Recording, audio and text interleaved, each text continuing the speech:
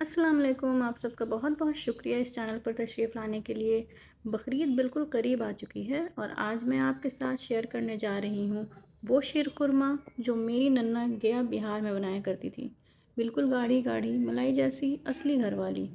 तो चलिए थोड़ा सा किस्सा सुनाती हूँ। मेरी नन्ना गया की रहने वाली थी, वही गया जो अपनी मिठाइयों के लिए मशहूर है, तिलकुट और अनरसा वाला गया। तो चलिए बिस्मिल्लाह कहकर शुरू करते हैं। अब सबसे पहले इंग्रेडिएंट्स देख लीजिए। सारी सिंपल चीज़ें हैं जो घर में ही मिलती हैं। तो हमने मुख्तलिफ़ किस्म के मेवे लिए हैं, जिनमें है बारीक कटे हुए काजू, बारीक कटे हुए बादाम, बारीक कटे हुए पिस्ता, थोड़ी सी किशमिश, कुछ ड्राई फ्रूट्स गार्निशिंग के लिए और रात भर भिगोए हुए खुरमे बारीक कटे हुए। ज़रा ठहरिए, अभी और भी इंग्रेडिएंट्स बाकी हैं, जिनमें है कुछ पत्तियाँ गुलाब की, छोटी इलायची का पाउडर, चीनी अपने जायके के हिसाब से इस्तेमाल कर सकते हैं, देसी घी 3-4 चम्मच, क्योंकि ये डिश घी की दोस्त है। 2 टेबलस्पून गर्म दूध, इसमें हम 4-5 रेशे ज़ाफ़रान के डाल लेंगे। बस इतना ही, ना कोई मुश्किल चीज़, ना कोई महंगा इंग्रेडिएंट, सारी घर वाली सिंपल चीज़ें। अब सबसे पहले जो नन्ना का असली राज है, हम मेवे को पहले घी में फ्राई करेंगे। ये मरहला बहुत लोग छोड़ देते हैं, लेकिन मेरा यकीन कीजिए इसमें ही सारा जायका छुपा है। तो बर्तन में देसी घी डालिए, धीमी आंच पर गर्म होने दीजिए। घी जब थोड़ा गर्म हो जाए, बिल्कुल स्मोकिंग नहीं करना है, सिर्फ गर्म। फिर इसमें डालिए पिस्ता, बादाम,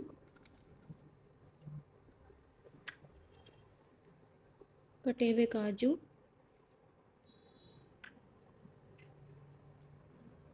थोड़ी सी किशमिश,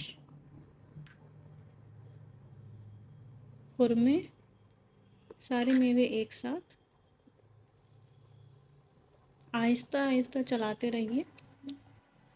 तो चलिए जब तक ये फ्राई हो रहे हैं, कुछ छोटे छोटे पॉइंट्स आपके साथ शेयर करती हूँ जो इस रेसिपी को और बेहतर बना सकती है। पहला, अगर आपको थोड़ी पतली पसंद है शीरकुरमा, तो थोड़ा एक्स्ट्रा दूध डाल सकते हैं। हम बिहारी लोग गाढ़ा पसंद करते हैं, लेकिन हर घर का अपना अंदाज़ होता है। दूसरा, अगर खुरमे नहीं हैं तो सिर्फ किशमिश और मेवे से भी अच्छी बनती है, लेकिन एक बार खुरमे वाली ज़रूर ट्राई कीजिएगा, आप मेरा शुक्रिया कहेंगे। तीसरा और आखिरी पॉइंट ये है कि बची हुई शीर खुरमा फ्रिज में 2-3 दिन आसानी से रह जाती है, और ठंडी शीर खुरमा का अपना अलग ही मज़ा होता है। सच पूछें तो मुझे तो ठंडी वाली ज़्यादा पसंद है। देखिए, जब तक हम लोग बात कर रहे थे ये फ्राई हो चुका है। जब किशमिश डबल हो जाए फूल के और बादाम थोड़ा क्रिस्पी हो जाए, बस यहीं निकाल लेना है। ज़्यादा फ्राई मत कीजिए वरना जल जाएंगे और कड़वा जायका आने लगेगा। और एक बात याद रखिए, ये फ्राइड मेवे आपके किचन में खुशबू भर देंगे।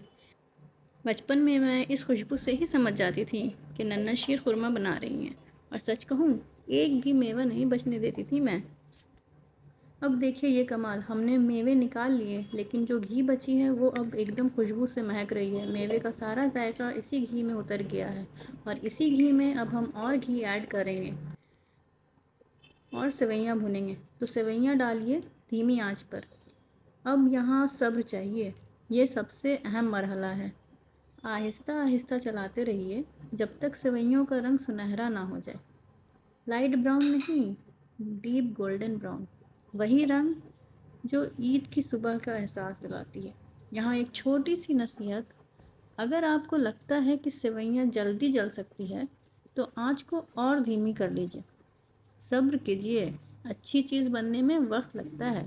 मेरी नन्ना कहा करती थी, खाना बनाओ तो दिल से बनाओ, जल्दबाजी में नहीं। अब जब सेवइयाँ डीप गोल्डन हो गई हैं, वक्त आ गया है उस ड्रामे भरे लम्हे का, दूध डालने का। एक अहम बात, दूध हमेशा थोड़ा गर्म करके डालें। ठंडा दूध अगर आपने डाला तो सेवइयाँ टाइट हो सकती हैं और वही मलाई जैसा टेक्सचर नहीं आएगा। तो गर्म दूध लेके आइए और आहिस्ता से कढ़ाई में डालिए, और देखिए ये आवाज़, ये भाप, ये खुशबू, यही तो है शीर खुरमे का जादू। सच कहूँ, ये लम्हा मुझे हर बार खुशी देता है। लगता है जैसे किचन में ही ईद आ गई हो। अब इस दूध को धीमी आंच पर पकने दीजिए, बीच बीच में चमचा चलाना लाजमी है। अब इसमें वो केसर वाला दूध डालिए जो हमने भिगो कर रखा था, और फिर इलायची पाउडर। इलायची पाउडर आप अपने अंदाज से डाल सकते हैं। और इसे फिर से अच्छे से मिक्स कर लीजिए, वरना बर्तन के नीचे लग जाएगा और जला हुआ जायका सबका मूड ख़राब कर देती है। आहिस्ता आहिस्ता दूध गाढ़ा होने लगेगा, सेवइयाँ अपना स्वाद छोड़ने लगेगी। ये अमल 10 से 15 मिनट लेता है, जल्दी मत कीजिए, असली शीर खुरमा वक्त मांगती है। अब आ गया है उस मरहले का जिसका आप सब इंतज़ार कर रहे थे, फ्राइड मेवे की वापसी। सारे वो मेवे जो हमने पहले घी में भुने थे, अब उन्हें वापस दीजिए शीर खुरमा में। बिहार और यूपी वाले घर में खुरमे ज़रूर पड़ते हैं। ये हमारी पहचान है, हमारी रिवायत है। खुरमे की कुदरती मिठास और मेवे का क्रंच, ये कॉम्बिनेशन एकदम अलग लेवल का होता है। अब इन सबको 2 मिनट और पका लीजिए ताकि सारे जायके आपस में घुल मिल जाएं। अब इसमें गुलाब की पत्तियां शामिल कर लीजिए खुशबू के लिए। अगर आपके पास गुलाब की पत्तियां ना हों तो गुलाब का पानी भी डाल सकते हैं, ये ऑप्शनल है। और इसे अच्छे से मिक्स कर लीजिए। अब शीर खुरमे का सबसे इम्पॉर्टेंट स्टेप आ जाता है, जो कि है उसका मिठास। मिठास के लिए हमने इसमें चीनी डाला है। चीनी आप अपने जायके के हिसाब से ऐड कर सकते हैं। चीनी मिलाने के बाद इसे अच्छे से मिक्स कर लें और अच्छे से पका लें। कम से कम 10 से 12 मिनट और पका लें और इसे गाढ़ा होने दें। जितना ज़्यादा गाढ़ा होगा उतना ज़्यादा मज़ेदार लगेगा। आप खुद देखेंगे शीर खुरमे का रंग और गाढ़ा होता जा रहा है, एकदम क्रीम जैसा। यहाँ एक और नन्ना की नसीहत, मैंने तो यहाँ पे बिना फ्राइड किए हुए मेवे इस्तेमाल किए हैं। अगर आप चाहें तो थोड़ा सा फ्राइड मेवा अलग बचा के रखें गार्निशिंग के लिए। ऊपर से सजाने से शीर खुरमा और ख़ूबसूरत लगता है। और वैसे भी पहली नज़र में ही दिल जीतना चाहिए, सही कह रही हूँ ना। अब आखिरी 2 मिनट और पका लीजिए धीमी आंच पर। सारे जायके अभी अच्छे से मिल रहे हैं और देखिए आपकी शीर खुरमा अब बिल्कुल तैयार है। माशाल्लाह इतनी खूबसूरत लग रही है कि मैं तो फ़ोटो लेने के चक्कर में खाना ही भूल जाऊंगी। अब इसको कुल्हड़ में या पीतल की कटोरी में निकालिए, बिल्कुल ऑथेंटिक एहसास के लिए। हम बिहारी लोग कुल्हड़ में खाने का मज़ा ही अलग समझते हैं, लेकिन अफ़सोस अभी मेरे पास दोनों ही अवेलेबल नहीं, तो मैं ये बाउल इस्तेमाल कर रही हूँ। ऊपर से मेवे डालिए जो हमने बचा के रखे थे, पिस्ता, काजू, बादाम के छोटे टुकड़े और वो गुलाब की पत्तियाँ। ये देखिए कैसी रिच गाढ़ी मलाई जैसी शीर खुरमा।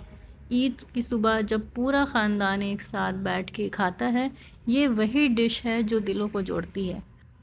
तो ये थी हमारी बिहार यूपी वाली असली शीर खुरमा, मेरी नन्ना के अंदाज़ में।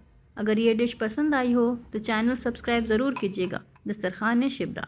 और कमेंट में ज़रूर बताएं कि आपने ये बनाया या नहीं। ईद मुबारक इन एडवांस। अल्लाह हाफिज़।